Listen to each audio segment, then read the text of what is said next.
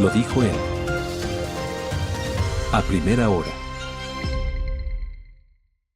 Bueno, pongamos a primera hora en modo mundialista, ¿no? Hablando de fútbol, envío un abrazo a Panchito Guevara, Francisco Guevara, Erazo, que está en sintonía, ¿no? Colega comunicador vinculado a la parte, sobre todo comercial, del ámbito deportivo. Abrazo, Panchito. También Chemel Paladines, que siempre está en sintonía desde el sur del país, desde la provincia de Loja. Bueno, a ver, decía, ¿no? El fútbol como fenómeno social. Ecuador ha experimentado evidentemente una evolución en su forma de ver la participación de la tricolor en las Copas del Mundo a partir de aquel 7 de noviembre del 2021, ¿no? El cabezazo de Jaime Iván Caviedes, que significó el empate 1-1 frente al equipo de Uruguay y la primera clasificación de la selección a una Copa del Mundo. Tuvimos esta participación en Japón-Corea 2012, donde Ecuador debutó frente a Italia, el 0-2 derrota en ese primer partido, luego derrota frente al equipo de México 2-1 y finalmente la primera victoria ecuatoriana con el gol de Edison Méndez 1-0 frente a Croacia, pero no clasificamos a octavos de final. Sí lo hicimos en 2006, luego de una gran presentación en la fase de grupos, el 2-0 frente a Colombia, el 3-0 frente a Costa Rica, caímos 0-3 ante Alemania, pero ya estábamos clasificados, y luego caímos 1-0 frente al equipo de Inglaterra con ese golazo de David Beckham, ¿no? Muchos le echan la responsabilidad a Cristian Mora, al Conde Mora, de que pudo haber hecho algo más en ese tiro libre de Beckham. No clasificamos a Sudáfrica, nos quedamos ahí cerquita. Yo decía ayer en el espacio digital, creo que hasta hoy me duele el empate con Paraguay en el último minuto y la derrota con Uruguay en el Estadio Olímpico Atahualpa. No llegamos a Sudáfrica. Volvimos a los mundiales en Francia con el técnico Reinaldo Rueda, donde otra vez también nos duele esa última jugada del equipo de Suiza, que significó una derrota en el debut. Le ganamos a Honduras, empatamos con Francia, no nos alcanzó para poder clasificar. No estuvimos en Rusia 2018, pese al gran arranque en la primera fase de la eliminatoria. 12 puntos de 12 posibles y luego la selección se desinfló, y luego, bueno, clasificamos a Qatar. En Qatar, pues, tuvimos la victoria 2-0 frente al equipo local, luego ese empate ilusionante ante Países Bajos 1-1, y finalmente la derrota frente a Senegal 1-2 que nos sacó del Mundial de Qatar. Y ahora, pues, Ecuador empezará su andadura frente a Costa de Marfil este domingo, luego ante Curazao en Kansas el día 20, y el día 25 cerrará la fase de grupos frente a Alemania. Y por supuesto, el Mundial arrancó ayer, arrancó con el partido entre México y Sudáfrica, 2-0 victoria de los aztecas, y ayer en la noche victoria del equipo de República de Corea 2-1 frente a Checa, ¿no? A Chequia, que es el equipo de República Checa. Así ha arrancado el Mundial, expectantes de lo que pase el día domingo. ¿Qué significa esto como fenómeno social? Un especialista que además es estudioso de la materia, que tiene trabajos bibliográficos en este punto, el arquitecto Fernando Carrión Mena, está con nosotros conectado ahora mismo. Señor arquitecto, no vamos a hablar hoy de seguridad ni de la ciudad, hoy vamos a hablar de fútbol, que es otra de sus pasiones. Le saludamos mi compañera Andrea Orbi, quien habla Fabricio Vela. Buenos días. Buenos días. ¿Qué tal, Fabricio? Andrea, qué gusto. Sí, ahora sí vamos a hablar por un tema muy importante, el fútbol. Y lo digo así de entrada por dos razones. Este mundial lo van a ver 6.000 millones de personas. 6.000 millones de personas. La final, en principio, serán más de 2.000 millones de personas. Solo eso es el fútbol. Y a eso hay que sumarle en términos económicos. Se supone que la FIFA va a obtener entre 18 y 20.000 millones de dólares, y alrededor de 4 veces más va a generar el fútbol. En otras palabras, el tema del fútbol es un tema sin duda terriblemente importante. Muy bien, sí, decían lo más importante de lo menos importante. Pero ¿cómo llega Ecuador? Y no hablo de la selección, hablo del país. Ya, el país futbolero, el país que enfrenta dificultades, el país que el día de hoy amanece con unos precios históricos de los combustibles, el país al que ayer le anunciaron que va a bajar el impuesto a los consumos especiales para cerveza a propósito del Mundial. ¿Cómo llega ese país a esta Copa del Mundo, arquitecto? A ver, son dos dimensiones que están interrelacionadas. Sin duda el país está viviendo una época bastante compleja en términos de seguridad, en términos de economía, en términos de la política, porque hemos empezado ya un proceso electoral para el 29 de noviembre próximo. Y entonces en ese contexto se va a llevar a cabo este mundial. Al mundial yo creo que el Ecuador llega bastante bien porque como nunca nuestros futbolistas de la selección están en los mejores equipos del mundo y en las mejores ligas del mundo. Están en Inglaterra, están en Italia, están en Francia, están en Brasil, etcétera. Y se ha logrado, a mi manera de ver, formar un equipo relativamente interesante. Ustedes hacían referencia de lo que pasó en la clasificación al Mundial de Corea y Japón, que fueron dos países que por primera vez se organizaban en dos países un mundial. Ahora es en 3 países lo que se organiza. En esa época fueron 32 selecciones, ahora son 48 selecciones. Lo interesante es que en esa época tuvimos 2 hechos que generaron unidad nacional. La guerra del Perú, que finalmente se selló con la firma en el año 98, y la otra es la clasificación al mundial. Esos 2 hechos generaron una gran unidad nacional. La clasificación a este mundial de los 3 países de Norteamérica prácticamente no se celebró. ¿Y por qué creo yo esto?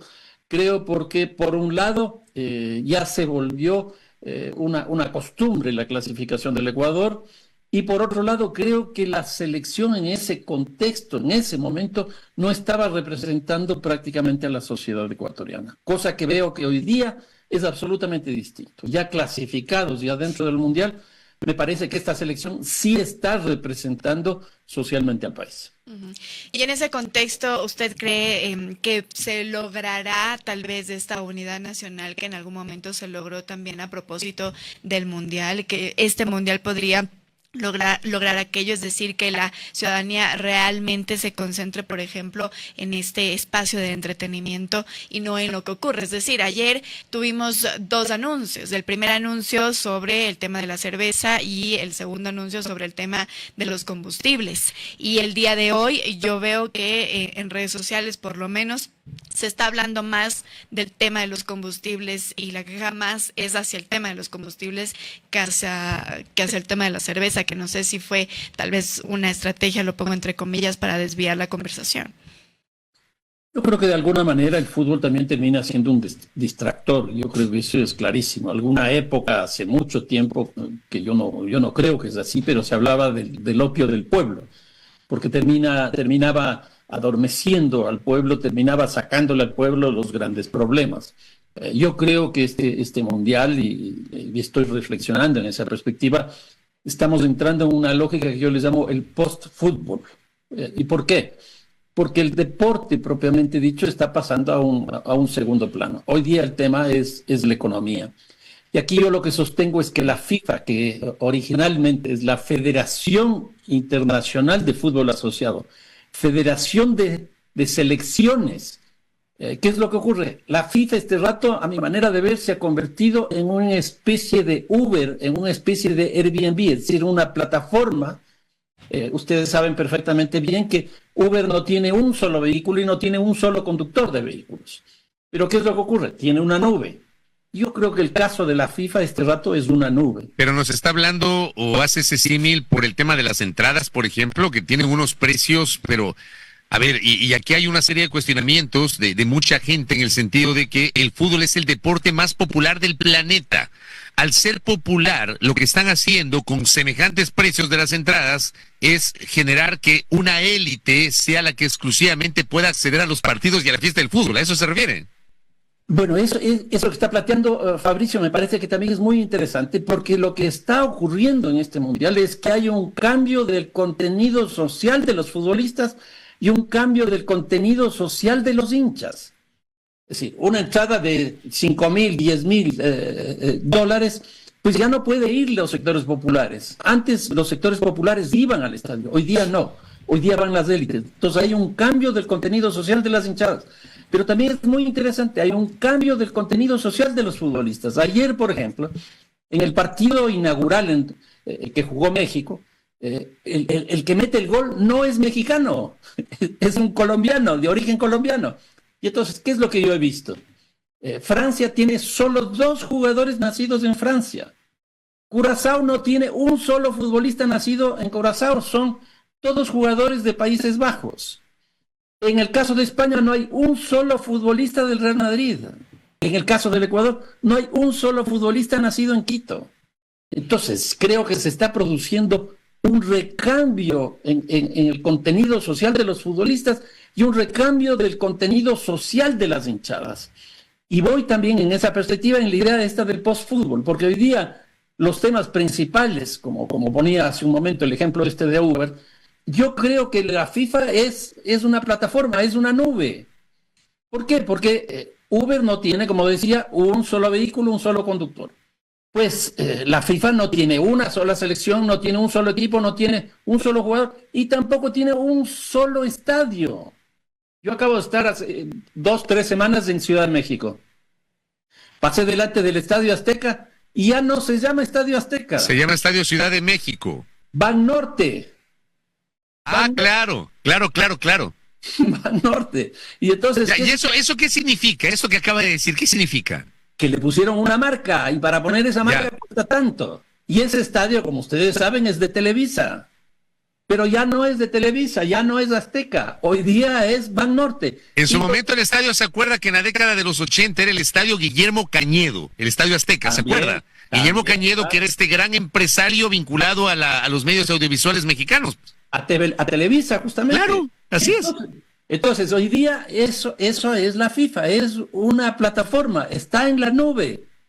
Y entonces lo que estamos teniendo es una economía extractivista, que además lo más interesante es que no es dueño de nada, pero genera este extractivismo económico a través de lo que se podría definir, como hay algunos autores que están llamando, la renta de la nube. Y entonces hoy día lo que nos interesa es la parte económica y mucho menos la parte deportiva. ¿Cómo cree usted que también afecta el tema político en el Mundial? Y no solo del Ecuador, sino también mirando hacia lo que está ocurriendo ahora mismo en Estados Unidos. Hay varios cuestionamientos por lo que está pasando, por ejemplo, con la selección de Irán, que no puede permanecer en la noche en Estados Unidos, sino solo durante el día. Lo que pasó con el árbitro también, el ingreso de Omar Artán. Es decir, uno trata de enfocarse tal vez en el Mundial para no mirar los temas políticos, pero también es muy político esta vez el Mundial. No, yo creo que este Mundial es bastante complicado, al menos yo diría con 2 hechos que son claramente percibibles. Por un lado, hay una política frente a la migración por parte de los Estados Unidos que no puede hacer un paréntesis en estas 5 semanas que se juega el Mundial de Fútbol. Y entonces, ¿qué es lo que hemos tenido? Que el mejor árbitro de África no pudo entrar. El somalí. El somalí, exactamente. Luego no hemos tenido la posibilidad de que entren, qué sé yo, directores técnicos, grupos, personas que están en los equipos, equipos de la dirección técnica de cada una de sus selecciones. Jugadores han tenido problemas para entrar, etcétera. Y eso es básicamente por el tema de la política migratoria de los Estados Unidos. Y la segunda cosa es el tema de la guerra que tienen Estados Unidos, Irán y en general con Medio Oriente.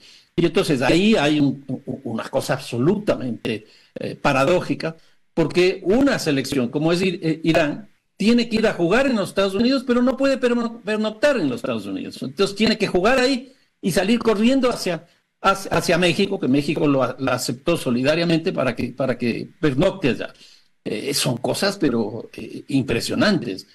Por ejemplo, Rusia no está participando por razones políticas, porque invadió Ucrania. Pero en este caso tenemos el problema mucho más complejo entre Estados Unidos e Irán, que está produciendo pues efectos económicos prácticamente en todo el mundo. Tan es así que el día de hoy hemos subido los precios de la gasolina y eso va a estar de alguna manera subsumido dentro de la lógica del Mundial.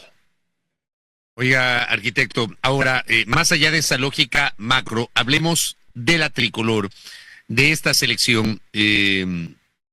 ¿Cómo le ve usted y qué incidencia puede tener para el país y para el ánimo del Ecuador, el papel de la selección? La selección llega con enormes expectativas, hay que tener los pies sobre la tierra, pero por rendimientos individuales, la selección ha generado esa expectativa, lo de Piero Hincapié, que llegó a romperle en el Arsenal. Piero supuestamente iba a ser suplente en el Arsenal de Calafiori, sin embargo le quitó el puesto, incluso jugó la final de la UEFA Champions League.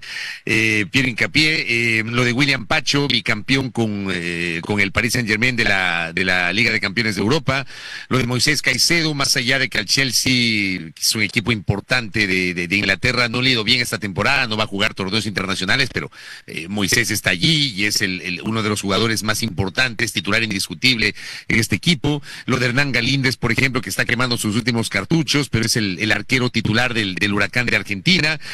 Pervis, que se fue al Milan, aunque con altibajos. Lo de Ángelo Preciado, lo de Adam Franco en el fútbol brasileño. Lo de Ener Valencia, que igualmente este es su último baile, pero regresó al fútbol mexicano, donde le ha ido muy bien a Ener Valencia. Lo de Pedro Vite, por ejemplo, y así. ¿Cómo le ve usted a la selección y esto cómo puede incidir en nuestro ánimo, en nuestra psiquis, arquitecto?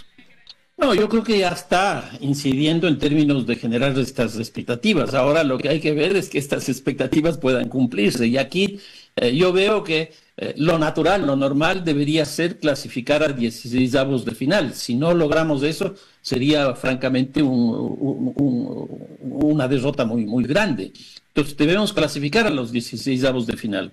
Depende en el puesto que pasemos para ver con qué equipo nos toca en la siguiente fase. Yo creo que de ahí en adelante todo ya será triunfo, es decir, pasar a los octavos y mucho más, pasar a los cuartos de final, yo creo que ya será un éxito. Sin duda, esta selección que nosotros tenemos es impresionante. Por ejemplo, nos señaló hace un momento el caso de Yeboah, por ejemplo, o el caso de Plata, que también están en unos niveles muy, muy altos. En otras palabras, yo creo que los 11 jugadores que van a entrar al partido este domingo están en las mejores condiciones y me parece que finalmente Becasese ha logrado armar un equipo y creo que va a jugar con una línea de 4 con un criterio bastante más defensivo. En ese sentido, Preciado y Estupiñán me parece que no van a estar porque ellos son mucho más laterales. O sea, ¿usted cree que no sea línea de 3? ¿Usted no cree que juegue con dos laterales, con Preciado por un lado, con Pervis por el otro, y poner a los tres, a Piero, a William Pacho y a Joel Ordóñez? ¿No le ve usted? No. Yo veo que va a ser una línea de 4 clásica, con dos laterales que son mucho más defensivos que ofensivos, y eso me parece correcto porque el otro día le escuchaba a uno de estos grandes entrenadores que decía que lo importante en un campeonato mundial no es hacer goles, sino que no le hagan goles. Entonces, bueno, en eso pasamos la eliminatoria, ¿no? Apenas perdimos 2 partidos y en la era Becasese solamente perdimos 1 frente a Brasil en condición de visitante. Pero el cuestionamiento es que nos defendemos, pero no hacemos goles. No, pero finalmente hemos hecho, y en estos últimos 4 partidos preparatorios hemos hecho goles. En los últimos 2 partidos hemos hecho 5 goles. Entonces, yo creo que además adelante se ha mejorado sustancialmente, por ejemplo, con la entrada de Plata, la entrada de Yeboah, y ahí estamos con todavía no con mucha claridad quién va a ir por el lado izquierdo. Y ahí creo que ahí tiene dos opciones que habrá que ver finalmente por cuál se decanta. Arquitecto, muchísimas gracias por esta conversación, gracias por estar aquí en la primera hora. Gracias, señor arquitecto. Un saludo cordial y esperemos que el domingo nos vaya bien para empezar este mundial. Hacemos los dedos. Seguro que sí. Vamos a poner todas las buenas vibes, como diría, para el domingo. Muchas gracias. Conversábamos con Fernando Carrión sobre que arrancó ya el Mundial Ecuador y su impacto en la psicología popular. Primera plana. Todas las noticias, todas las voces.